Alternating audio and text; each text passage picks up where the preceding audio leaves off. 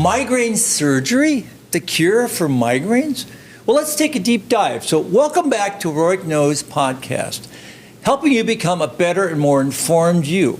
So today, let's talk about migraine and migraine surgery with Dr. Bardia Amirlak, a world expert in migraine surgery. He's a professor of plastic surgery at UT Southwestern and world-renowned aesthetic plastic surgeon. So Bardia, welcome to Rohrich Knows.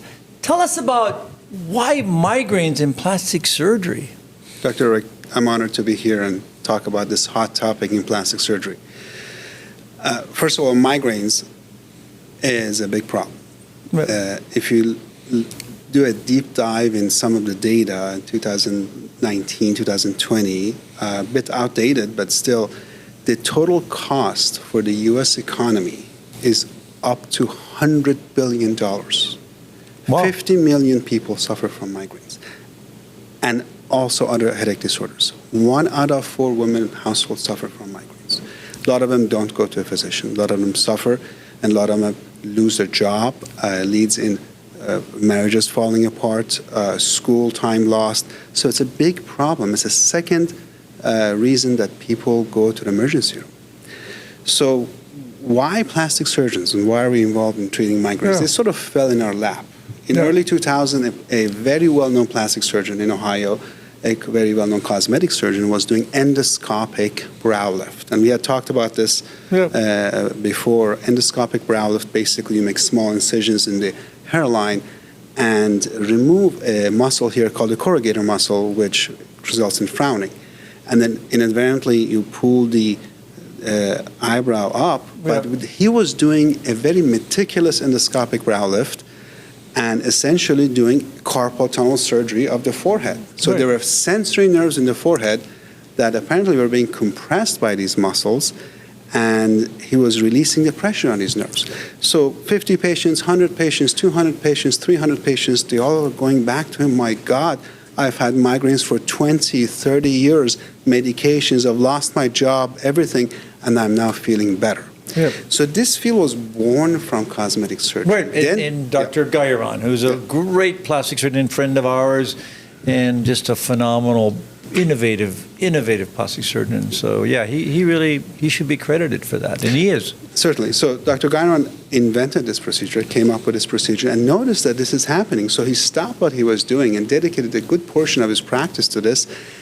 And I was fortunate to be with him during this time. Right. And me and Dr. Tutanchi, one of the first 2 chief residency, graduated, and we trained in this area. We started designing studies. We looked at different areas that migraines can start from: occipital, temple, forehead. Right. And we moved the field forward. And then I moved to Dallas and started, again, continuing the research here, and these patients got their lives back. Right. And then, of course, a lot of controversy with neurology. What are you guys talking about? Plastic surgery, you're doing breast augmentations and rhinoplasties, you're offering migraine surgery. Ironically, it was born from cosmetic surgery, but as you know, plastic surgery has 7, 8, 9 different subspecialties, and who operates on nerves?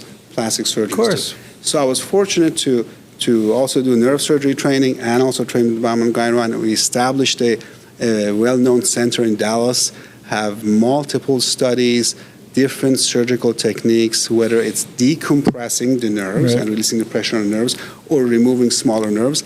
And the latest innovation are the blood vessels. Yeah. And I think that these blood vessels sometimes are pushing on the nerves, and we go after these blood vessels endoscopically or in open procedure and eliminate the pressure on nerves. Yeah, so let's take a step back. I mean, obviously there are many non-surgical treatments for migraines, and the neurologists do that, and many of them are, medical treatments, and then even Botox helps to treat it, and we're so glad to have Dr. Amirlak here. I mean, it's one of the many reasons I hired him to come to UT Southwestern, because I send so many patients to see you because if they've been refractory to medical treatment, they need surgical treatment, and really it's been a gateway for these people. It's unbelievable because so many of these people have suffered for a long, long time. And like you said, it's been devastating. So, and the numbers are astounding.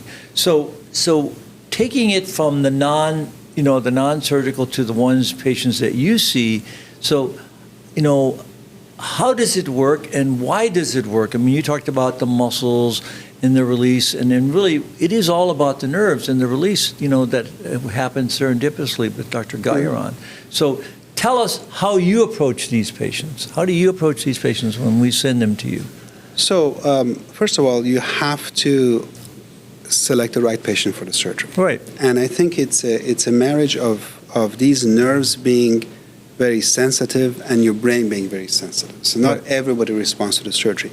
You have to collaborate with neurologists. We have trained many plastic surgeons, and there are lone cowboys, and they go there and operate on patients and offer migraine cure. I've had patients who've had miraculous cures and patients who partially respond. You have to communicate with neurologists. So when I see these patients, if you can look at this slide here, these are the nerves we address. There are nerves in the forehead, supraorbital, supratrochlear nerves that pass through the muscle, pass through the bone sometimes, nerves in the temple that vessels wrap around it, nerves in the occipital area, the greater, lesser occipital nerves that can be compressed by the muscle, can be compressed by the vessels. So the surgical approaches are different. In the forehead, when I look at the patients, I block them with a nerve block, with numbing medicine. Okay. Sometimes inject Botox to them to see if they respond. And if they're good candidates, we can offer surgery. In the temple, same thing. We can decompress these nerves or remove the nerves. And in the occipital area, we make a small incision. I use an endoscopic hybrid approach to eliminate the pressure on these nerves. And believe it or not, it is not brain surgery. It is not spine surgery. It is designed by plastic surgeons so the scars are relatively hidden. Right. However, during this process, we discovered something else, and that is injection of Botox. Now, Botox is FDA approved for treatment of chronic migraines. It's a miracle drug. Right. But the way neurologists approach this, they open an anatomy book, which is 50, 60, 70 years outdated, and they shotgun Botox to everything. So in the way we do the Botox, and I came up with a technique of anatomical regional targeted Botox, and this was published. You can see here, this was published initially in Anesthesiology Journal. Then you published this in your journal and fortunately won an award. But this technique is essentially surgical injection of Botox around the nerves. Right. And now we know that Botox just doesn't paralyze the muscles, but also directly works on the pain fibers. Right. So who better than plastic surgeons Right. who know the anatomy, whether you have a cosmetic practice or where you have a reconstructive practice, and you can actually help the patient by allowing them to go through the insurance to inject the Botox. Yeah. And it is very important that this non-surgical application of migraine treatment is applied. You can see here there's many ways to do this, but specifically the patient, this is done in the office, as you can see, and the deeper muscles are injected versus the superficial muscles that would sometimes neurologists inject. This is, for example, a temple injection. It takes 5 minutes. And then you can see the next one here is the occipital injection. Tiny, tiny needles, complications far less than the way neurologists are doing it. And you know what? Our surgical response rate, complete elimination rate per our studies, is 60 to 70%. About 90% of the patients feel 50% better. But this kind of Botox injection gets close to surgical results. Right. What I do in my practice, I combine the targeted Botox injection and the surgery. Right. That's right. And I follow your technique. It's phenomenal. And please read it. And it's really, and then if they're refractory, of course, I send them to you because then they need surgery. But you're right. It is so anatomic and regional versus the antedated other methods that some specialties use. So it's really, it's been a game changer, I think, for patients, for thousands of patients. And I can tell you the patients that I've seen that I've seen in follow-up that you've done have been amazing. So I think it's truly a game changer, and it's in plastic surgery of all fields. So, I mean, kind of know before you go. So what are some of the take-home points that patients need to know when they have migraine headaches that are refractory or they're not happy with their non-surgical results or seeing their neurologist?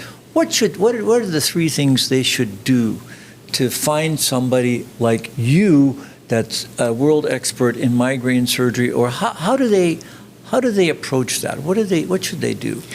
It is very important that not to break their relationship with the neurologist. Right. A lot of patients are I agree. unhappy. Medications are causing problems. I've tried many things.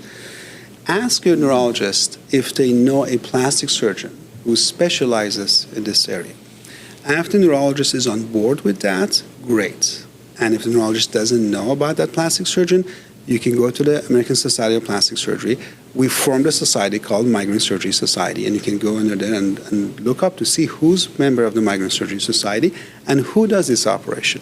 When you're contacting a plastic surgeon's office to go see them, whether your neurologist has referred you or not, make sure you ask them, like any other plastic surgery procedure, how many of these have you done? Yeah, experience and expertise. Exactly. And I think ChatGPT probably has that as well, doesn't it? ChatGPT does, but ChatGPT lies a lot, so I have to be careful. well, it's misinformed. I mean, it's kind of like a resident. You have to educate him. You have to kind of say, oh, that wasn't right. Let's go to the next level. No, I agree. When you see a plastic surgeon, don't expect a miraculous result, although you can get it. And patients are desperate, and they're desperate for surgery, and they will push the plastic surgeon to the surgery, allow the plastic surgeon to do the proper evaluation, and then make sure they collaborate with the neurologist. You can't just, if you want to travel for this, that's fine, but that's the most important, and to do research to see if this person does a lot of these surgeries and what kind of collaboration they do with the neurologist, because after surgery, this patient will go back to the neurologist, and you may not get 100% results. You may get partial results. You still need medication, but this time the medication may work. Right. And it's a far less amount of medication, and so it doesn't interfere with your act, or enhances your life, right, basically. It's tremendous. I mean, the patients who have now been completely pain-free 12, 13, 14 years, the amount of gratification that we get out of this is enormous. Yeah, it's amazing. It's like giving their life back to them. Yeah. To a suicidal patient, to a patient that has lost their job, to a patient that the marriage is falling apart. Yeah. No, it's amazing.